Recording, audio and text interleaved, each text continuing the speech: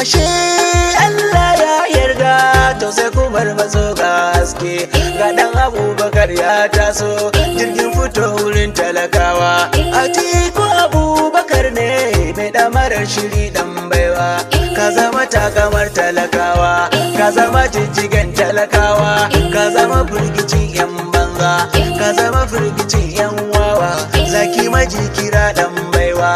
Atiku Abubakar gwarzo Allah ya kara daddafawa zabin mu a 2019 kai zaka shugabanci kasata a jami'ar mu ce PDP ne ma ku taimata bawa Atiku gai da babban haske da maliya ake mata ke da jami'a muke ba sake authority kasa ba doke Atiku Abubakar ne mai tafiya cikin inganci Atiku Abubakar zaki mulkin mu zai rike mu da yanci Atiku Abubakar gwarzo zai yi riko cikin adalci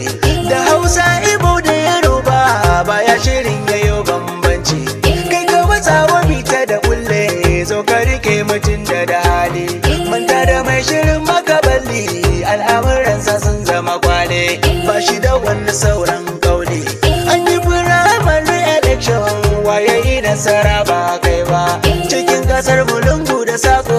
waye ake faɗi ba kai ba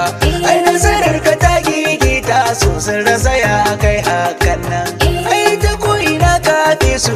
mahasadan ka sun gigice sabon ka za mu fita a yunwa talaka za mu bar yin kuka lissafin ka ya fita cap kara shiri kan